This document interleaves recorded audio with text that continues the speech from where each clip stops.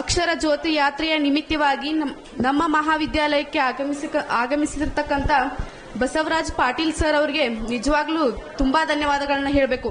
ಇಲ್ಲಿ ಏನಂತಂದ್ರೆ ಪ್ರತಿಯೊಬ್ಬ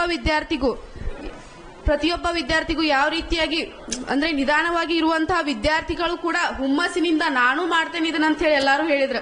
ಯಾಕಂದ್ರೆ ಅವರ ಮಾತಿನಲ್ಲಿ ಇರುವಂತಹ ಒಂದು ಉತ್ಸುಕತೆ ಹೆಂಗಿತ್ತಂದ್ರ ವಿದ್ಯಾರ್ಥಿಗಳನ್ನು ಕೂಡ ಉತ್ಸುಕತೆಯಲ್ಲಿ ಒಯ್ಯುವಂತೆ ಅವರು ಒಂದು ಮಾತುಗಳಿದ್ವು. ಅಷ್ಟೇ ಅವರು ನಮ್ಮ ಪರೀಕ್ಷೆಯ ಒಂದು ಸಿದ್ಧತೆಯನ್ನು ಕೂಡ ಹೇಳಿದ್ರು. ನಾವು ಯಾವ ರೀತಿ ಪರೀಕ್ಷೆಯಲ್ಲಿ ಓದಿದ್ರೆ ನಾವು ಯಾವ ರೀತಿ ಪರೀಕ್ಷೆಯಲ್ಲಿ ಮುಂದೆ ಬರ್ತೇವಂತೆ ಅದನ್ನು ಎಲ್ಲ ಹೇಳಿದ್ರು.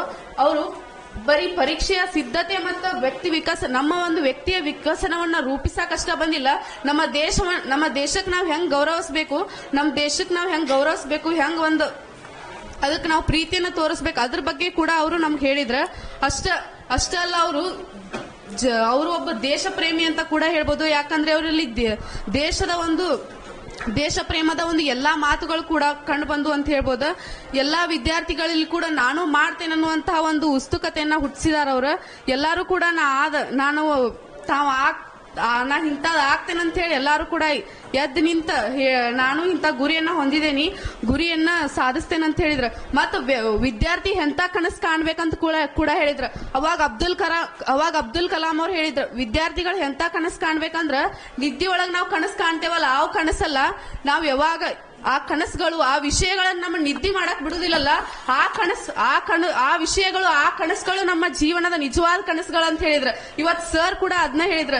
ಅವಾಗ ಅಬ್ದುಲ್ ಕಲಾಂ ಅವ್ರು ಆಗಿದ್ರ, ಇವಾಗ ನಮ್ ಬಸವರಾಜ್ ಪಾಟೀಲ್ ಸರ್ ಅಂತ ಹೇಳ್ತಾ ನನ್ನ 2 ಮಾತುಗಳನ್ನ ಮುಗಿಸ್ತೇನೆ. ನನ್ನ ಹೆಸರು ರಮ್ಯಾ ಹೊಸಮನಿ, ಶ್ರೀ ಕುಮಾರೇಶ್ವರ ಪದವಿ ಪೂರ್ವ ಮಹಾವಿದ್ಯಾಲಯ ಸೌದತ್ತಿ. ನಾನು ಈ ಕಾಲೇಜ್ ಒಳಗೆ ಓದಾತೀನಿ.